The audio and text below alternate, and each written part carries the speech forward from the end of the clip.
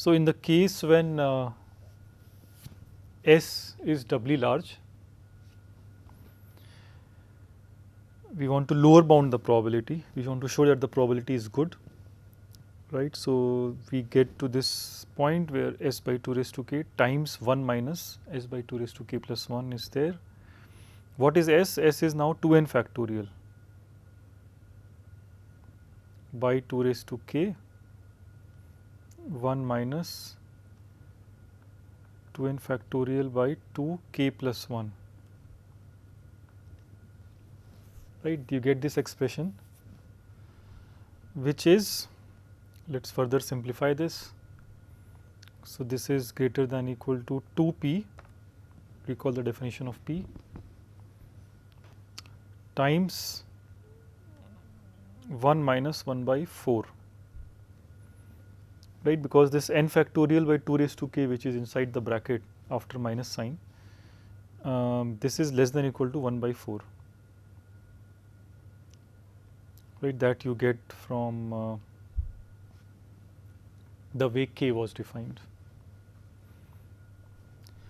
and which makes it 3p by 2.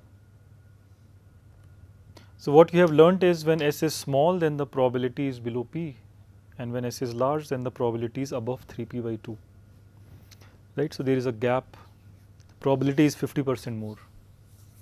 Probability of what? Probability that an element of S maps to the 0 point in the image, and this probability gap can be further increased by the usual amplification.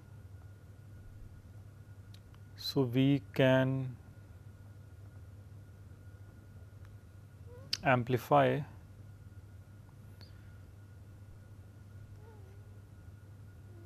the respective probabilities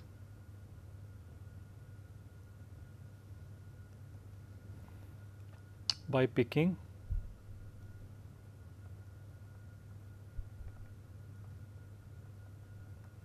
m to be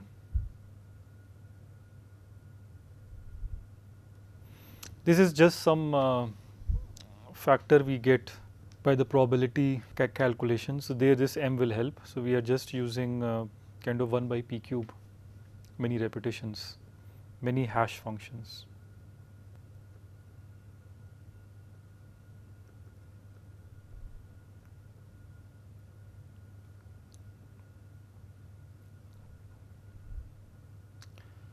And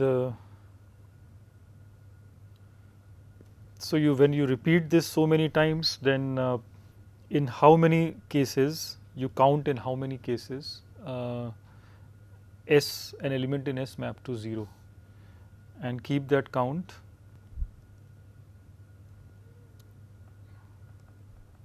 and test that for greater than or equal to 5p by 4 many hash functions.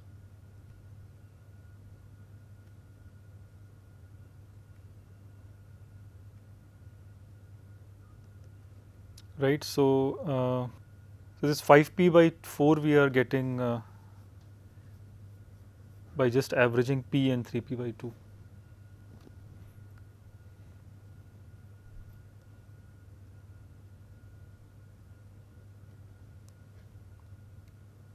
Which is p plus 3p by 2 divided by 2, that for these many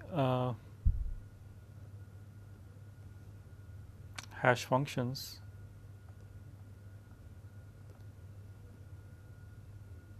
an x exists.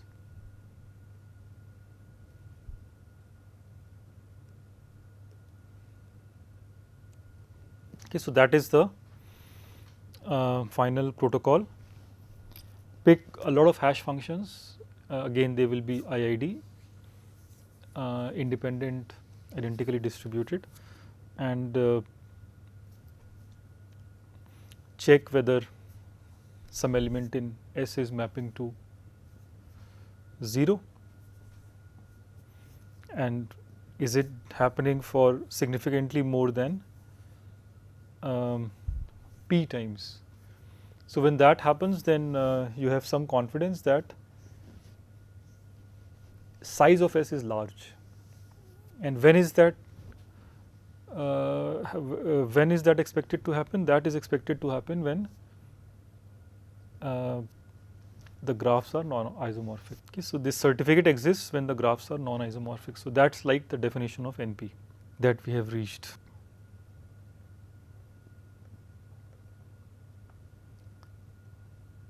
So apply Chernoff bound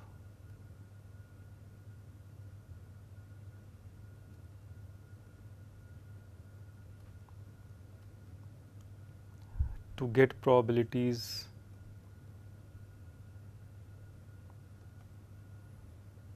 less than equal to 1 by 3 respectively, greater than equal to 2 by 3. Okay, depending on whether G1, G2 is in GNI or not.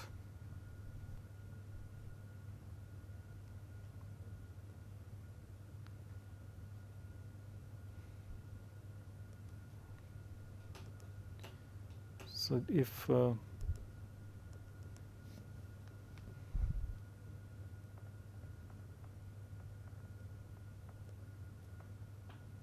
is not in GNI,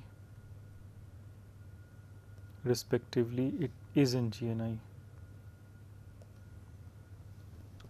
So if the graphs are isomorphic, then the set S is small, and then the probability will be small of an X existing in many of these hash functions. And if the graphs are non-isomorphic, then S will be large, and so the probability will be large. So you get this gap in the probability. Now also note that testing each pi in S, this can be done in NP.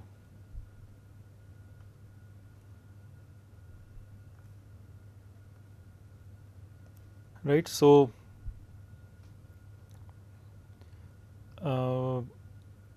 you need to test whether this X is in S, right? So that is how, I mean, you will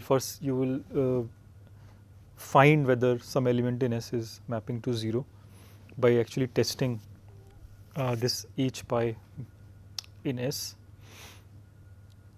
and or somebody will provide you this X or this each pi, right? And you have to check whether it is in S or not. That can be done in NP. Why is that? Because the definition of S just wants you to check whether each is isomorphic to one of these graphs and whether pi is an automorphism. So all this can be checked in NP. So this is easily in NP.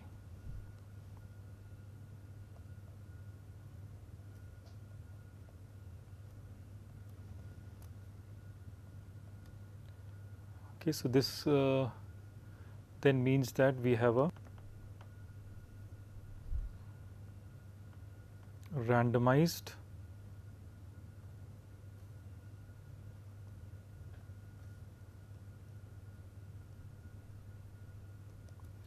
polytime reduction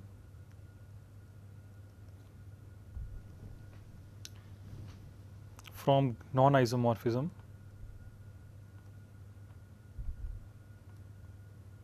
to NP.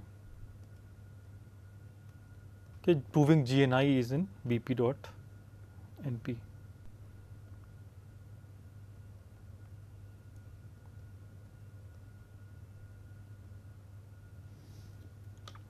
So that finishes the theorem of Goldwasser-Sipser, that for non-isomorphism there is a certificate, small certificate. Okay, so there is a certificate, small certificate, proving that no isomorphism exists.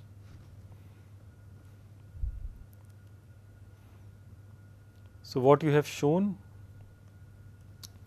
is that graph non-isomorphism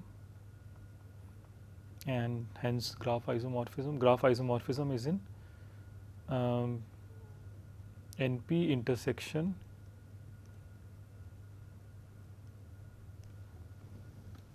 BP dot co-NP. It's easy to certify an isomorphism, and it's also easy to certify non-existence of an isomorphism, assuming this randomness. So with this, what does it mean?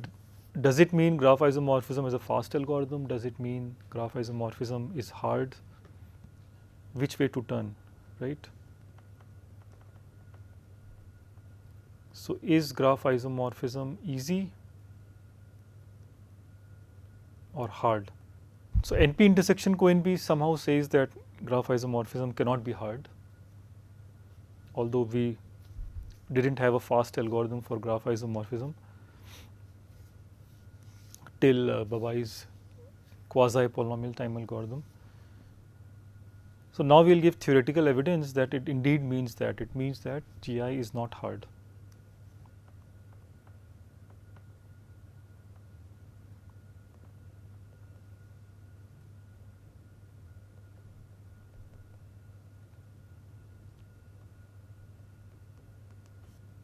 So if GI is NP hard,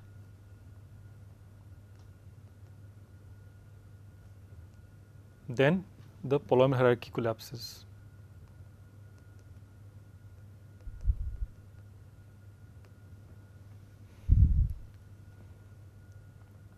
So pH collapses to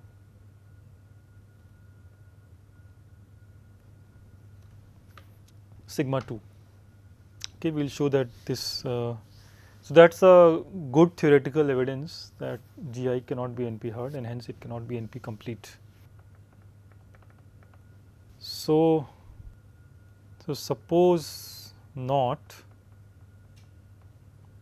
Suppose GI is NP hard.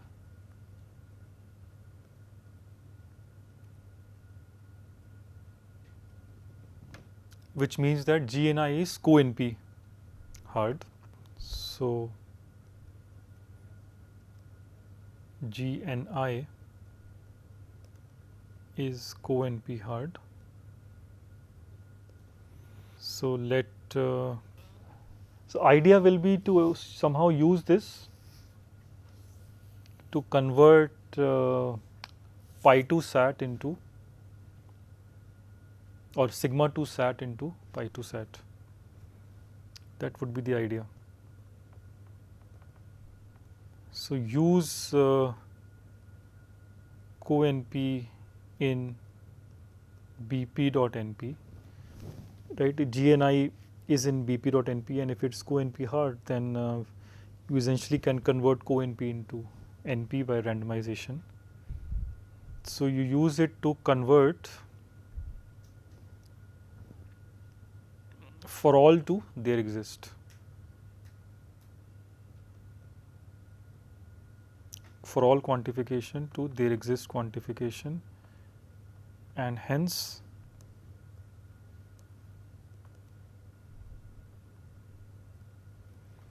convert pi 2 sat to sigma 2 sat. Okay, if you can convert for all to there exists, then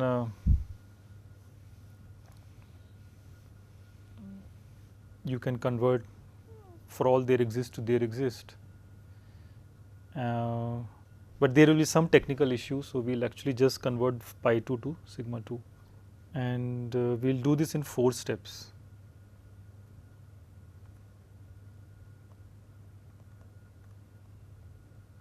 We will need 4 steps to do this.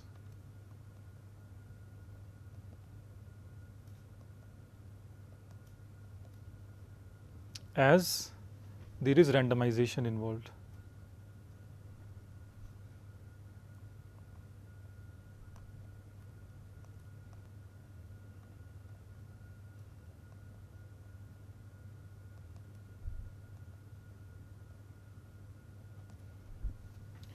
Okay, so due to this complication of randomization, this BP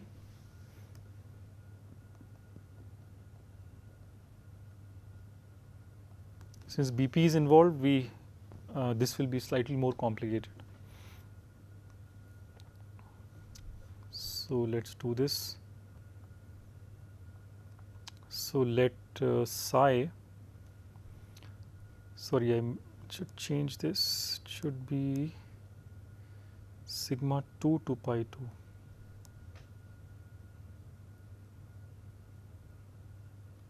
I'll start with sigma 2 and then go to pi 2. So they exist for all, and the for all I want to remove from there using BP.NP result. And this will be clear only when once we have seen the implementation.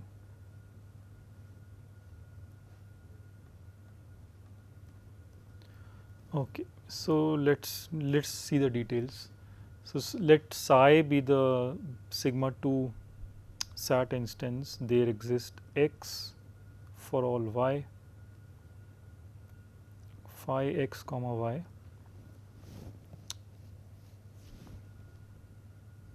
B sigma 2 sat input or instance. So first thing we will do is convert this for all phi for all y phi part, right, the inner part, convert this to a GNI instance.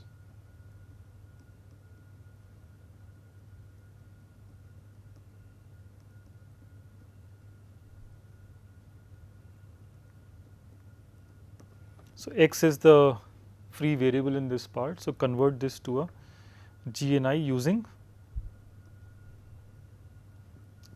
as KANPUR is in BP.NP, right, as this is assumed.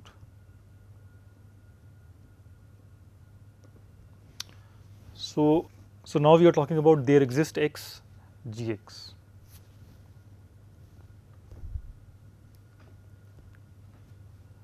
So let's go to that.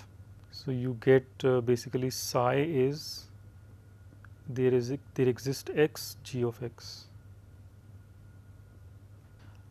Now what do we do with this? Sorry, there is something stronger actually. Not just this. So actually when we say that that GNI is KANPUR hard, we are actually saying that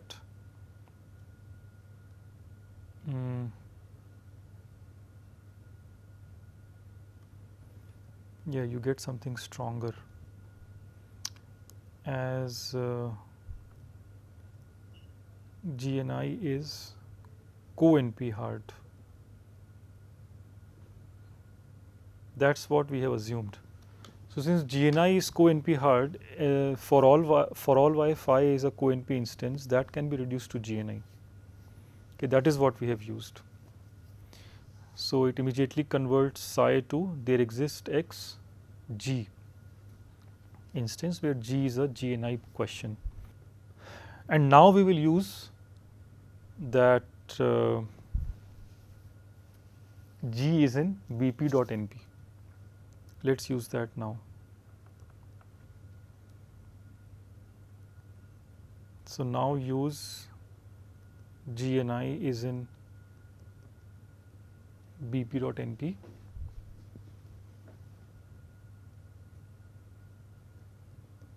To convert this problem of Gx into a SAT instance.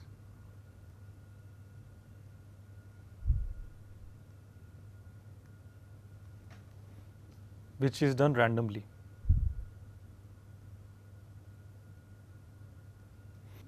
So this will be written as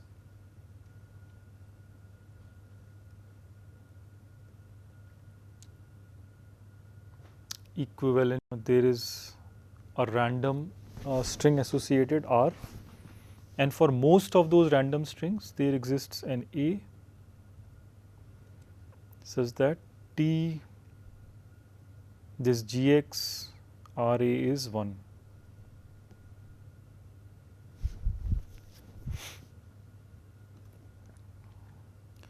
where M denotes most.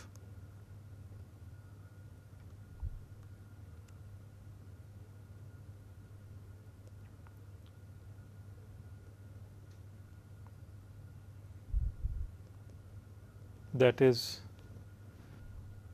the probability, if you go over these R's, that there exists an A, T,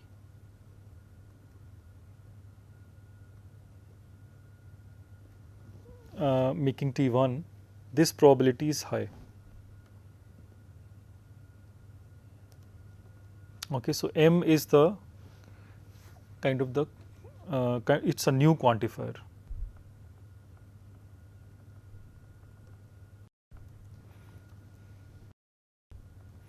So M is a new quantifier. It just says that for most choices of R in some not too big space, there will be a certificate such that this polynomial time Turing machine T accepts, and T is poly time Turing machine as always.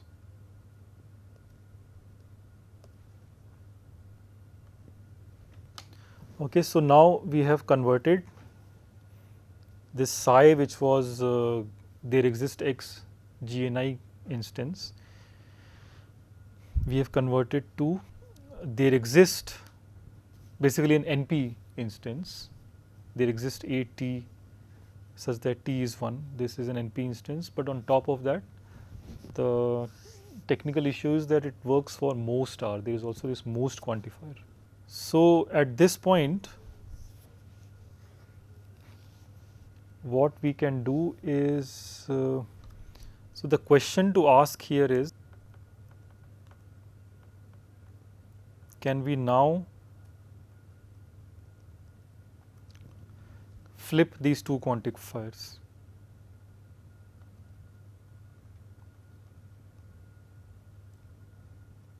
There exists an M. If we can flip the there exists and most quantifier, then the advantage will be that that we can use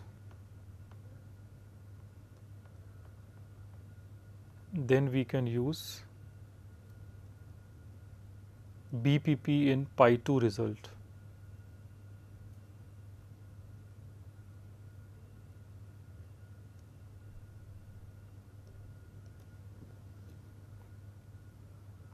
Right. Remember that using hash functions, we had shown that BPP is in sigma 2 intersection pi 2. So using that result, you can actually consider most quantifier as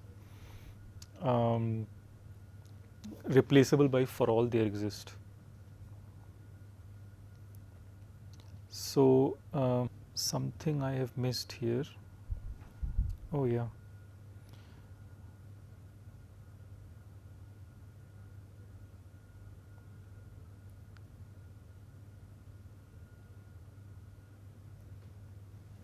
So one thing that I missed here is the following. Psi is not equivalent to this. Psi is equivalent to there exists X that I missed.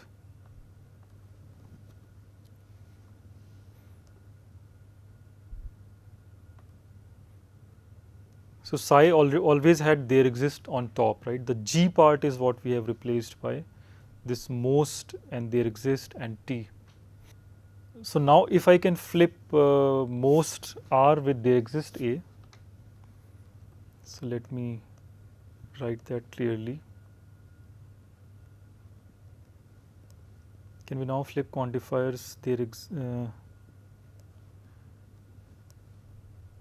most R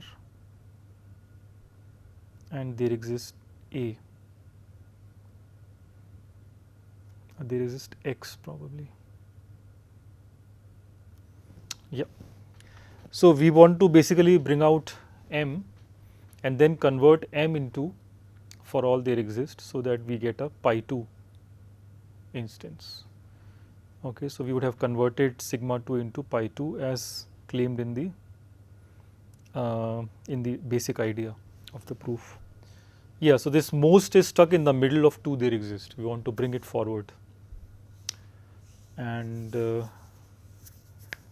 can we achieve that? So if we can achieve that, then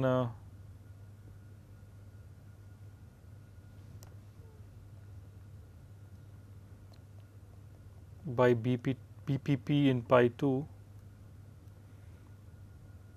we will get that for most there exist, this will convert to for all there exist.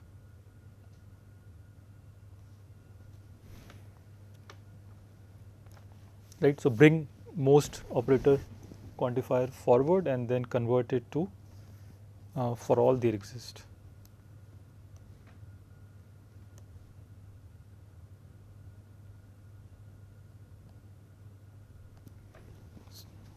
So for all there exist will just be for all there exist, and that's pi 2. That is the plan. So notice that there exist. So we'll just focus now on there exist and most. Okay, forget the rest.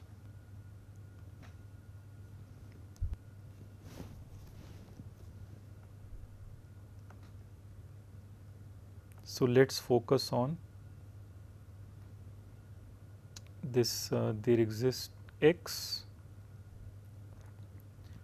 for most r,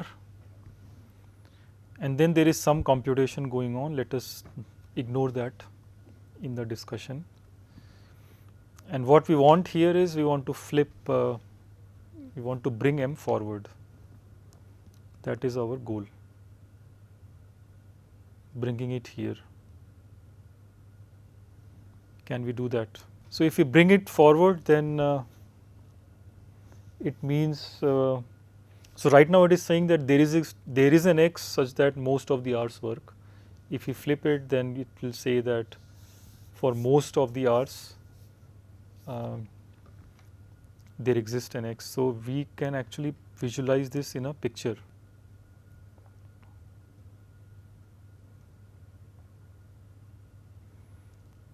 So the x's are here and the r's are,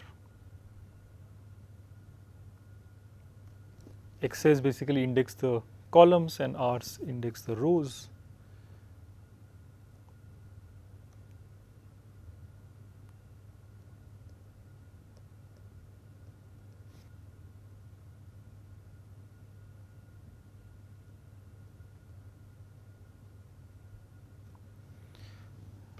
And flipping them is basically flipping the viewpoint in this matrix, which we will do next time.